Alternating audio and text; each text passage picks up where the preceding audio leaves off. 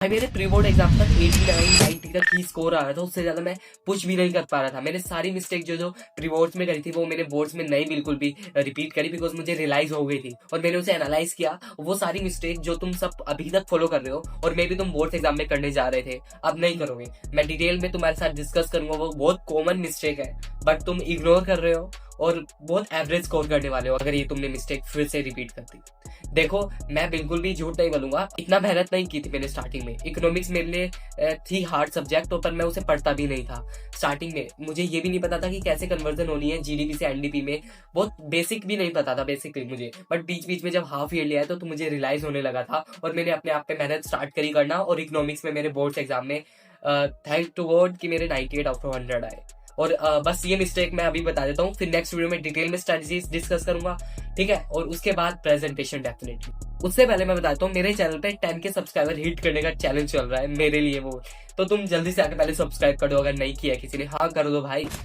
First mistake यही है कि तुम डायग्राम इग्नोर कर देते हो। भाई मैं तुम्हें लेजिट लिख के कह रहा हूँ, अगर तुम छोटे से छोटे कॉन्सेप्ट में अपना डायग्राम बना के आओगे ना बोर्ड एग्जाम में, तो तुम्हें भाई मार्क्स मिलने से कोई नहीं रोक सकता। ये मैंने नोटिस किया है। इवन मैंने अपने बोर्ड एग्जाम में बहुत सारे डायग्राम बना के आया हूँ, जहां जरूरत ना भी थी वो भी मैंने ऐड कर पता नहीं क्यों बट किए, पर उसका मुझे रिजल्ट दिखा भी है।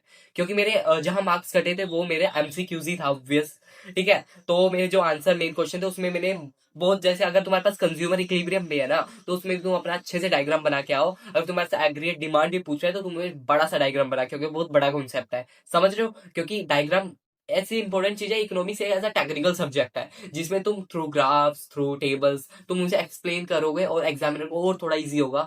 एग्जामिनर ये नहीं सोचेगा कि तुमने रटा है बस कॉन्सेप्ट, उसे ये पता लग जाएगा कि तुम्हारे पास कितनी क्लैरिटी है उस कॉन्सेप्ट से, तो वो बहुत इंप्रेस हो जाता है बेसिकली। ये है गोल। तुम डायग्राम बनाओ भाई, तुम्हारा क्या जा रहा है, तुम थोड़ा सा हाथ चला लोगे। प्री बोर्ड में तुमने देखा होगा, अगर तुम लाइक तुम अच्छे से प्रेजेंट करके आए होगे डायग्राम के साथ, तो तुम्हें डेफिनेटली अच्छे मार्क्स मिलोगे। क्योंकि मैंने प्री बोर्ड में बनाए थे, पर मैंने बहुत, जैसे मैंने बड़े बड़े कॉन्सेप्ट के डायग्राम बनाए थे और ऑलमोस्ट छोड़ ही दिए थे मैंने डायग्राम बनाने, क्योंकि वही टाइम मैनेज नहीं हो पा रहा था मेरे से और मैं एकदम से प्रेशर में आ गया, तो मैंने वो जल्दी जल्दी बस आंसर लिख के आया। तो डायग्राम सब में बनाना है। तो सेकंड मिस्टेक बहुत कॉमन अगेन, बट फिर भी तुम यूज नहीं कर रहे हो। लाइक इकोनॉमिक्स में अगेन बहुत टेक्निकल सब्जेक्ट है, डिफरेंट डिफरेंट तुम्हें डेफिनेशन मिल जाएगी, कीवर्ड्स मिल जाएंगे और ऐसी ऐसी लैंग्वेज जो तुम्हें यूज करनी ही पड़ेगी अपने एग्जाम में। क्योंकि इकोनॉमिक्स में वो जो तुम्हें टर्म ही नहीं पता, तो उससे रिलेटेड वो तुम्हें मार्क्स कैसे देगी। पता है वो चेकिंग कैसे करते हैं, वो पूरी फ्रेम आंसर फ्रेम नहीं करके देते हैं, उन्हें आंसर में वो कीवर्ड दिखते हैं, उसे टिक करते हैं, ठीक है। तो तुम्हें जैसे मार्जिनल यूटिलिटी हो गया, equilibrium, fiscal policy, aggregate demand, aggregate supply, debt trap, कुछ तो इक्विलिब्रियम लेवल, लो लो ट्रैप, कुछ तो होता है, बहुत सारी टर्म्स है। तुम्हें सारी टर्म्स को इंक्लूड करना है, इवन उसे हल्की सी हाईलाइट करके आना है, उसे अंडरलाइन करके, दैट्स इट। तुम्हें ये ग्रोथ बिल्कुल नहीं करना अगेन। क्योंकि तुम क्वेश्चन देखो, अगर तुम्हें कोई इंडियन इकोनॉमी में कोई भी क्वेश्चन करना है, तो उसमें अगर बिना कोई अच्छी अच्छी लैंग्वेज यूज करे तुम कैसे तो अच्छा स्कोर करोगे। बेसिक आंसर तो तुम 9th क्लास से भी एक्सपेक्ट कर सकते हो, पर तुम क्लास 12th के सीबीएसई बोर्ड में हो ना, you have to take care of that कि तुम्हें अच्छे अच्छे कीवर्ड्स, अच्छे अच्छे वोकैब यूज करनी है। इवन वो इकोनॉमिक से ही रिलेटेड होनी चाहिए। और मैक्रो में तो तुम्हें बिना ये वाली टर्म्स के तो तुम्हें कोई आंसर लिखना ही नहीं है। तुम मार्जिनल यूटिलिटी को एमयू मत लिख के आ जाना बोर्ड्स में, तुम घर पे रफ वर्क में कर सकते हो बट नॉट इन बोर्ड्स। तो वही एज यूजुअल तुम्हारी प्रेजेंटेशन वीक है, यही थर्ड प्रॉब्लम है मेरी। मैं अपना एक्सपीरियंस बताता हूँ। मेरे अपने जो भी पीटी एग्जाम्स होते हैं, मतलब पीरियोडिक टेस्ट होते हैं स्कूल में, वही मेरा माइंडसेट रहता था। वही मैं अपना जल्दी जल्दी आंसर लिखना है, जल्दी जल्दी तुम्हें पेपर कंप्लीट करना है, जल्दी जल्दी तुम्हें एग्जाम हॉल से बाहर निकलना है, बस तुम्हें कंप्लीट करके दे देना है पेपर। ये तुम्हारा गोल होता था, मेरा गोल होता था, सॉरी मैं अपना एक्सपीरियंस बता रहा हूँ। बट वो प्रेजेंटेशन कहीं ना कहीं लैग कर रही थी और उसमें मेरे मार्क्स कट रहे थे। मैं कैसे भी कोई भी क्वेश्चन कहीं भी कर दे रहा था, कोई भी मैं अच्छे से प्रेजेंट नहीं करके आ रहा था, और बहुत वीक थी प्रेजेंटेशन बेसिकली। बट मेरे प्रीबोर्ड में अच्छा, मेरे प्रेजेंटेशन में सच बता रहा हूँ, मेरे प्रीबोर्ड में अच्छा था, ऑलमोस्ट अच्छा था। बट थोड़ा लास्ट में जब वो होता है ना टाइम प्रेशर, तुम जल्दी जल्दी आंसर लिख रहे हो, तुमने नोटिस किया होगा कि टाइम कम है, आधा घंटा है, तुम दर दर दर दर आंसर लिख रहे हो, तुम्हें पता नहीं है कि तुम क्या लिख रहे हो और तुमने कैसी गंदी राइटिंग में लिखा है, दैट्स इट। तो इसलिए तुम्हें स्पीड तुम्हें स्टार्टिंग से ही बना के रखनी पड़ेगी। तो तुम यही कर सकते हो। मैं फिर से बता दूं, इकोनॉमिक्स में जो तुम सारी जो कॉमन मिस्टेक इग्नोर कर रहे हो ना, वही तुम्हारा बिग एक चैलेंज बन जाएगा कि तुम 90 से 98 या 95 तक तुम नहीं जा पा रहे हो। क्योंकि कॉन्सेप्ट इजी होते हैं, हर कोई तुम्हें 80 85 आराम से स्कोर करता दिख जाएगा, बट जो डिफरेंस क्या होता है वो तुम्हें देखना पड़ेगा। एंड फोर्थ मिस्टेक मैं फिर से बताना चाहूंगा, वो नॉट कॉमन बट हाँ, तुम ना क्वेश्चन की डिमांड ही नहीं समझते हो।